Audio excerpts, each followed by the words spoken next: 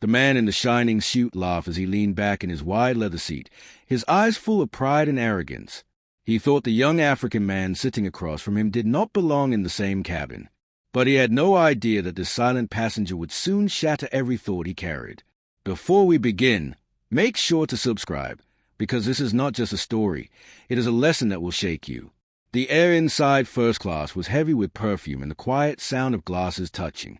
A line of wealthy men and women settled in their seats as the flight prepared to leave Paris for New York. Among them sat Ibrahim Traoré. He did not speak, he did not smile, he only observed. His uniform was simple, his movements calm. To most eyes, he looked like a traveler who had somehow managed to step into a place he did not deserve. The Western millionaire next to him raised his eyebrow and whispered to the stewardess with a smirk, "How can someone like him afford this seat?" The words were soft, but the message was sharp, cutting the air between them. The stewardess froze for a second, her eyes darting from the powerful businessman to the young man seated quietly. She said nothing, only walked away with hesitation. The smirk on the millionaire's face grew wider. He tapped his gold watch, showing it off like a crown of power, and leaned closer to another passenger. You see, money decides where you sit and who you sit with. It is strange when people forget that. Laughter rolled in soft waves from the nearby seats. Eyes turned towards Ibrahim, judging without knowing, measuring without asking. He remained still, his hands resting on the armrest, his gaze fixed ahead as if he heard nothing. But there was a silence in his eyes, a silence that carried storms. His calm face held a strength that none of them noticed, a dignity that could not be shaken by gold or glass. Every passing minute, the unease in the air grew, though the laughter tried to cover it. The arrogance of the wealthy was a curtain, but behind it, a truth waited to be revealed. The millionaire leaned forward once more, his voice louder this time. "Young man, do you even understand where you are? First class is not for everyone. It is for those who built their names, not those who follow shadows." His words were cruel, sharp, and designed to humiliate. The cabin grew quiet, curious eyes locked on the scene. Some passengers smiled in silent agreement. Others simply waited to see what would happen next. And still, Ibrahim Traoré did not move. His silence was not weakness. It was patience. His stillness was not fear. It was power waiting for the right moment. The millionaire did not know that in trying to belittle him, he was only digging his own fall. The silence that followed was heavier than the hum of the engines. Every pair of eyes in that cabin waited for the young man to break, to defend himself, or at least to react. But Ibrahim Traoré remained steady, his breathing even, his gaze fixed on the space ahead as if the words had never touched him. This silence confused the arrogant millionaire, because men like him were used to quick submission or loud defense, not quiet dignity. The stewardess returned with a tray of champagne, her hands slightly trembling, as though she carried not drinks but secrets.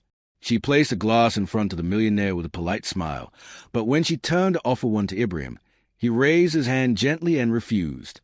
His voice was calm, low, but firm. "Water will be fine." The way he spoke made the laughter from earlier soften into whispers. There was a strength in his tone, not of wealth, but of character. The millionaire chuckled, shaking his head. "Simple water, of course. That is what you are used to. Perhaps next time you should choose the back rows, where your kind belongs." His words were crueler now, louder, as if he needed to prove something not only to Ibrahim but to the entire cabin. He wanted to show dominance, to leave no doubt about who held the higher ground. But as the word spread through the air, some passengers shifted uncomfortably in their seats. A woman across the aisle frowned, glancing at Ibrahim with quiet sympathy. An elderly man looked down at his newspaper, pretending not to hear, but his hands pressed hard against the paper, betraying his unease. The atmosphere was changing. The arrogance that once seemed like a performance of power now felt like an echo of insecurity. Ibrahim finally turned his head, his eyes locking with the millionaire's for the first time. There was no anger, no pride, only a calm intensity. "Respect," he said slowly, "is not something that money can buy. It is something every man gives, or refuses to give, and it always returns to him, in time." His words were simple, but they carried a weight that silenced the cabin once more. For a moment, the millionaire froze, his smile faltering. But arrogance is a shield that men like him rarely drop. He laughed again, though it sounded hollow now. Big words, but meaningless here. We live in a world where power is measured by the watch on your wrist, the suit on your back, and the seat you can afford. He lifted his glass and sipped, though his hands were not as steady as before. The engines roared louder as the plane lifted off the ground, climbing into the clouds. The cabin lights dimmed slightly, creating an atmosphere of isolation where every glance, every whisper felt louder. And within this space, the quiet tension grew thicker. Some passengers looked at Ibrahim now not as a stranger, but as someone who might hold a story far deeper than any of them imagined. They leaned closer, eager for what would unfold next. The flight attendants moved through the aisles, placing meals on small tables, but no one seemed to notice the food.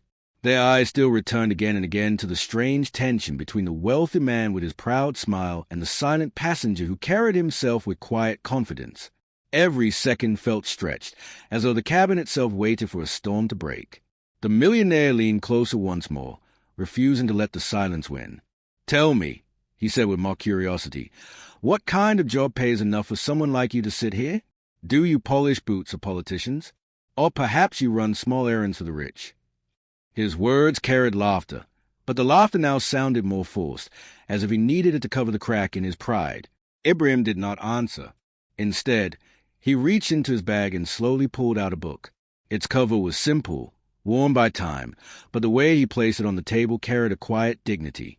He opened the pages, his eyes focused, his hand steady. He read in silence, ignoring the glare that burned from the seat beside him. The millionaire's smile faded for a second. A book in first class was a strange kind of rebellion against arrogance, a weapon of knowledge against wealth. A man across the aisle finally spoke, his voice low but firm. "Maybe you should let him be. Not every story is written on a suit or watch." The words caught the attention of the cabin. For the first time, someone challenged the arrogance out loud. The millionaire turned sharply, his face flushed, his pride wounded. "And who are you to tell me what I should do?" he snapped. But the confidence in his voice was weakened now, the certainty slipping away. The elderly man who had hidden behind his newspaper earlier lowered it slowly, his eyes fixed on the young African man who sat so calmly. "I have traveled many years," he said quietly, "and I have learned that silence often belongs to those with the greatest power." His word hung in the air like a secret truth, and many heads nodded without speaking. The millionaire's face tightened. He forced another laugh, but it sounded empty, like glass breaking in the distance. "You all speak as if this boy is someone important. He is just another man, another face. Nothing more." His voice cracked slightly, betraying his fear of losing control. He lifted his glass again, but his hand trembled, and the liquid rippled against the rim. Ibrahim closed his book gently, placing it back into his bag. His movements were slow, deliberate, almost ceremonial. Then he looked up, his voice calm, steady, unshaken. "A man who believes others are nothing," he said, "often discovers that he himself is nothing in the eyes of truth." The words pierced deeper than any shout could. The passengers held their breath.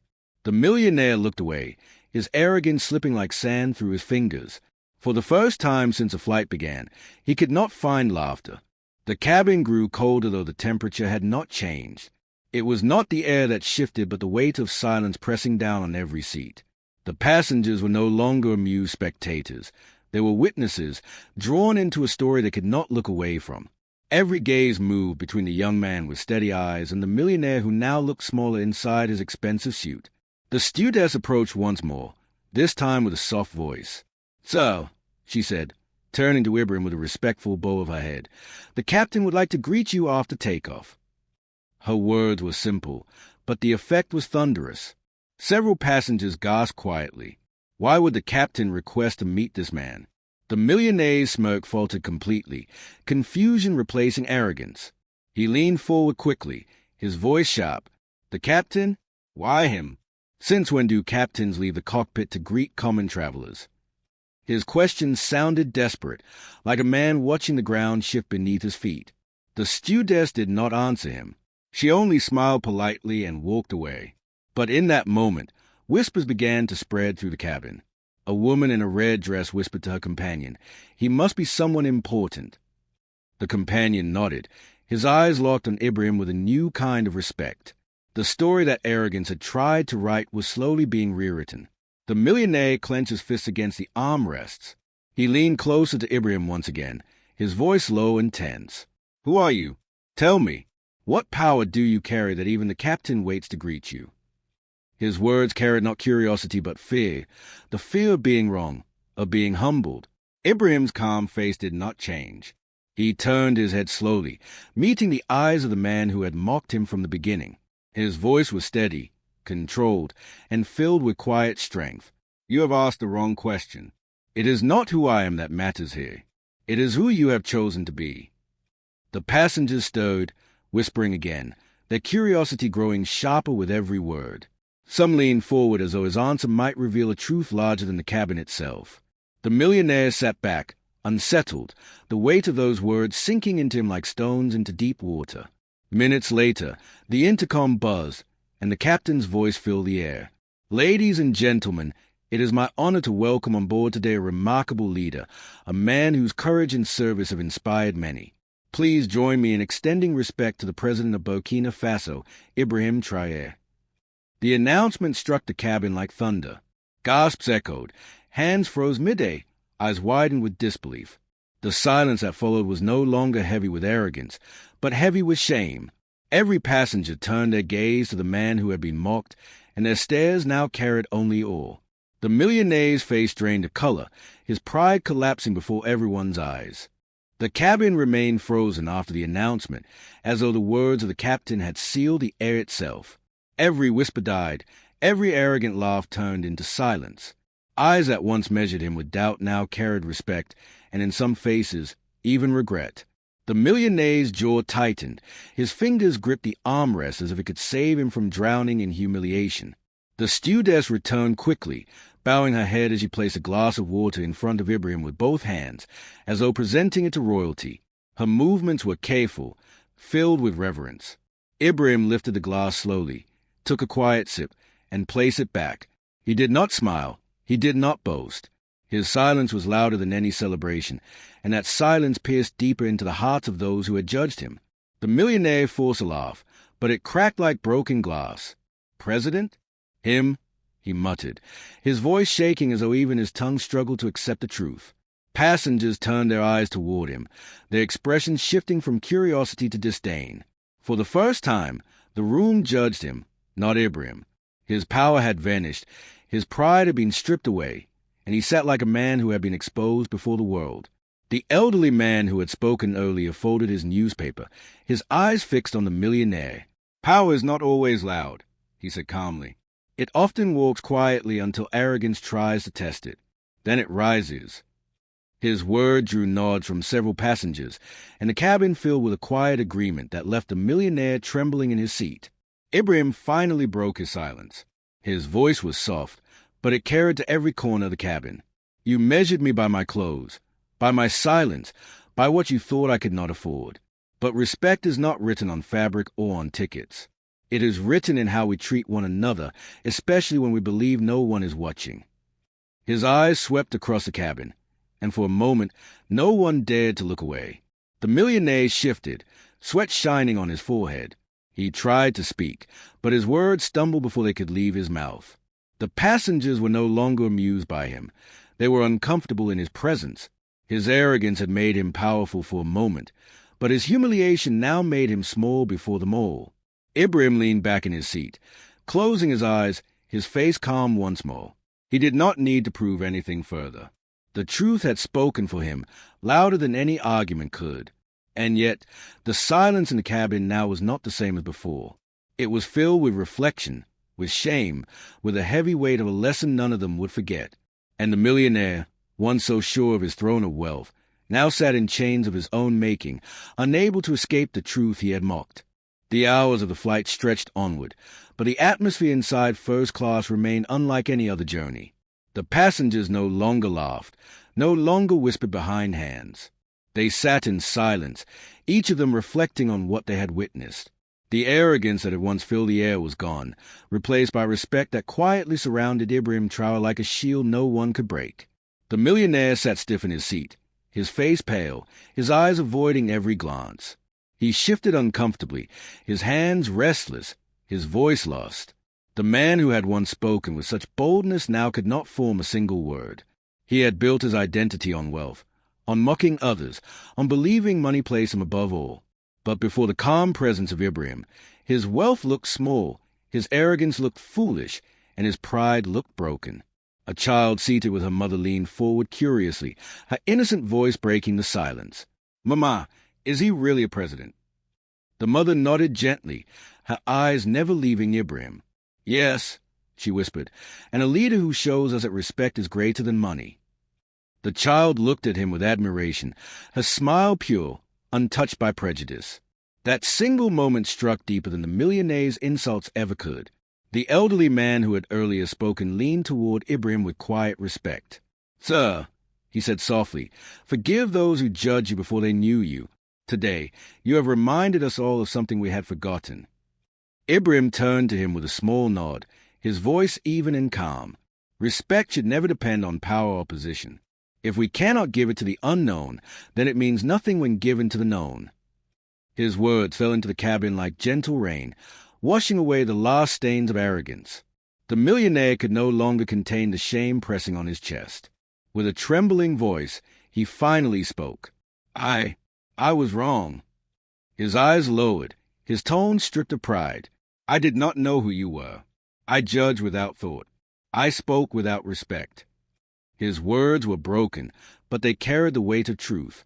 For the first time in his life, he seemed smaller not because of his wealth, but because he had been forced to face his own reflection. Ibrahim did not answer him directly. Instead, he spoke to the cabin, his voice calm yet filled with a strength that no insult could touch.